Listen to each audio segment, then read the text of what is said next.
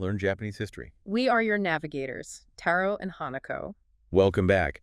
Today we're jumping into a really fascinating period in Japanese history, a time of intellectual ferment, you could say. Absolutely. A time when new ways of thinking really started to emerge and challenge the status quo. Exactly. And we're going to focus on two key movements, Kokugaku, or national learning, and Rangaku, Dutch learning.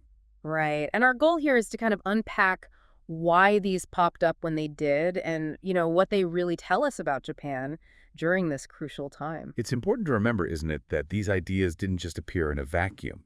They're tied into the bigger picture. Yeah. Social changes, political questions. Precisely. Periods of change often stir things up. Intellectually speaking, people start questioning things, looking for new answers, new ways to understand their world. Okay, so let's dig into Kokugaku first. It wasn't entirely new ground, was it? I mean, there was already interest in older Japanese classics back in the Jinroku era. That's right. You see this renewed focus on works like the Manyoshu, the Tale of Genji, sort of looking back. That definitely laid some groundwork. A foundation. Exactly. But Kokugaku as a distinct movement really starts to take shape in the 18th century. And a key early figure is Kada no Azumamaro. Ah, okay. What was his main contribution? Well, he really hammered home the need for proper, rigorous research into the ancient texts. He wanted a more systematic approach, moving beyond just casual appreciation, setting the stage, really. Got it. And then building on that, we get Kamo no Mabuchi. His focus was a bit different. Yeah, Mabuchi had this really strong idea. He believed that by studying the really old stuff like the Kojiki and the Manyoshu, you could tap into the original mindset of the ancient Japanese. Before outside influences came in. Exactly. Before, specifically, Chinese thought became so dominant, he felt later ideas had kind of clouded or even corrupted this original, pure Japanese spirit. So he was trying to peel back the layers, find something more authentic underneath. That's a great way to put it. A return to the source, trying to rediscover that ancient way of thinking and feeling. Which leads us, naturally, to Moturi Norinaga, probably the biggest name associated with Kokugaku. Definitely the most famous, yes. And he took Mabuchi's ideas perhaps a step further, especially in how to approach these ancient texts. Oh, that's... Norinaga emphasized reading the myths with a pure heart, basically trying not to impose later Confucian or Buddhist ideas onto them, just understand them on their own terms. Trying to get inside the heads of the people who created them. Precisely. To understand the ancient worldview directly.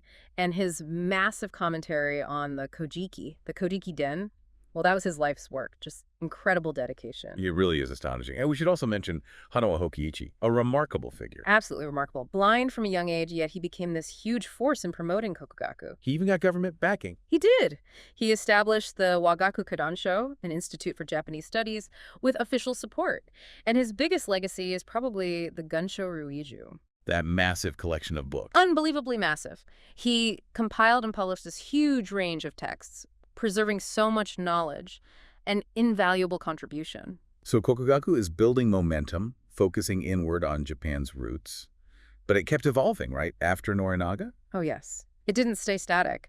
Hirata Atsutane, who saw himself as Norinaga's follower, took things in a more extreme direction. Or extreme how? He became much more overtly critical, even hostile towards Confucianism and Buddhism.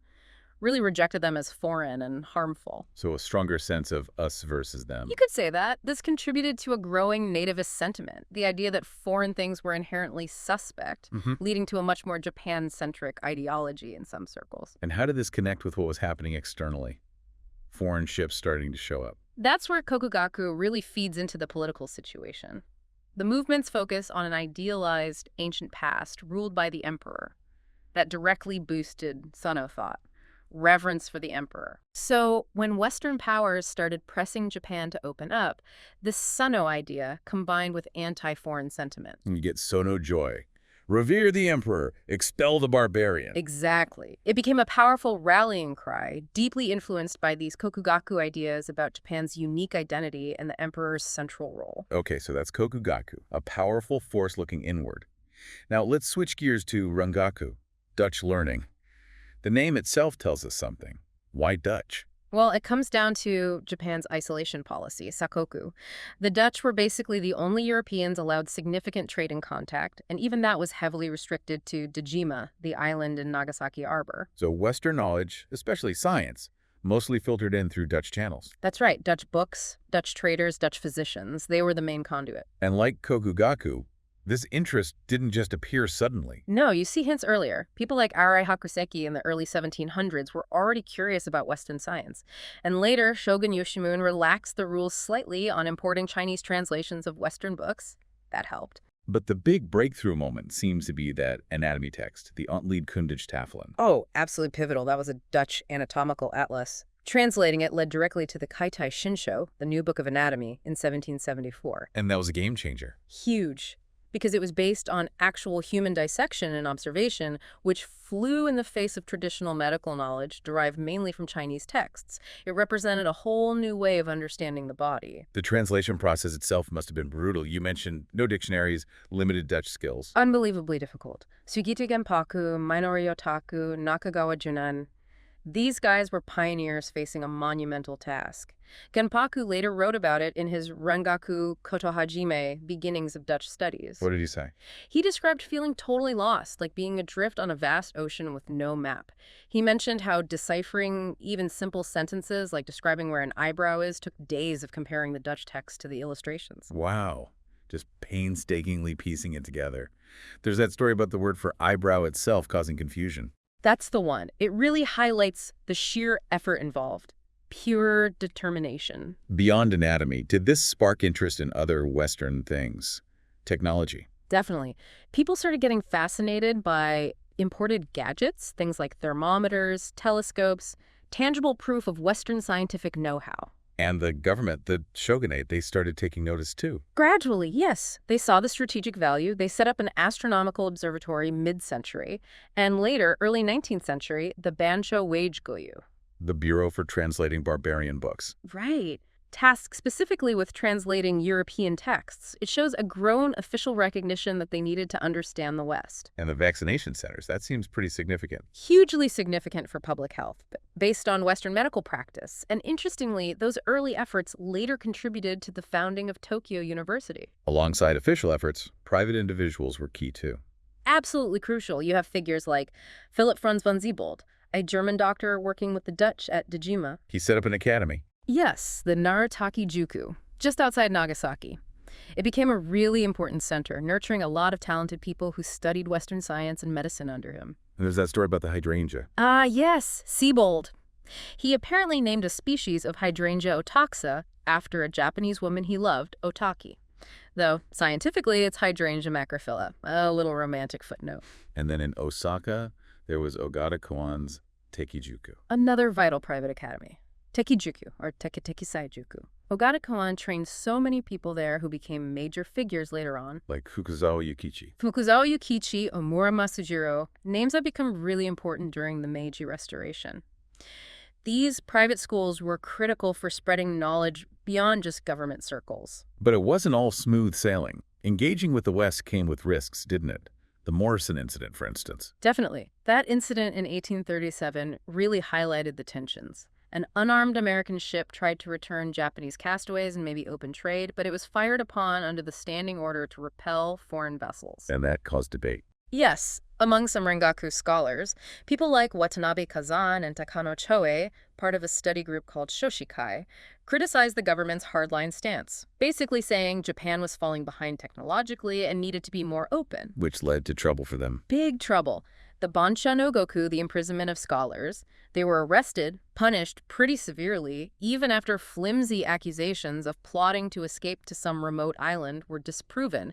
It showed the dangers of dissent. And even someone deeply involved like Siebold faced problems, the Siebold incident. Right. In 1828, that was a major blow. Officials found forbidden maps in his luggage when he was about to leave Japan. Maps he shouldn't have had. Detailed maps based on Ino Tadataka's surveys, given to him secretly by Takahashi Kageyasu, the head of the shogunate's own observatory.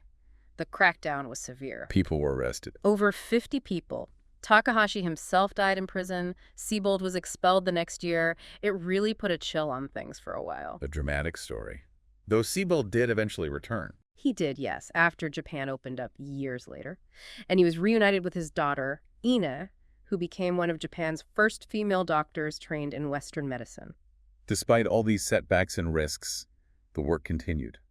Dictionaries, grammars, Yes, the drive was strong. The Rangaku Kaite, that Dutch grammar published in 1788, and the Haruma Wage Dictionary in 1796, these were crucial tools that made learning Dutch and accessing Western texts much easier over time. So looking back at both Kokugaku and Rangaku, they seem like very different responses to the times.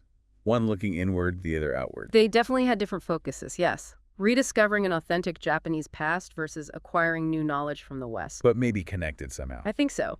Underneath, both represent this intense intellectual energy, this deep curiosity, a drive to understand Japan's identity and its place in a changing world. They just took different routes to try and find answers. So summing up, Kokugaku helps build this sense of national identity, emperor-centered, while Rangaku brings in vital science and tech, challenging old ideas. Exactly. And for you, learning about Japanese history, grasping these two movements is just essential. They are foundational for understanding the massive changes coming with the Meiji Restoration and the birth of modern Japan. You can really see how the debates back then about identity, about engaging with the outside world, still echo today in some ways. Absolutely. That tension provides really valuable context for understanding contemporary Japan, too. So here's something to think about as you continue exploring. How did this push and pull, this dynamic between looking inward, Kokugaku, and looking outward, Rangaku, ultimately shape Japan's unique path into the modern world? And maybe ask yourself, do you see elements of that same dynamic playing out in Japan today?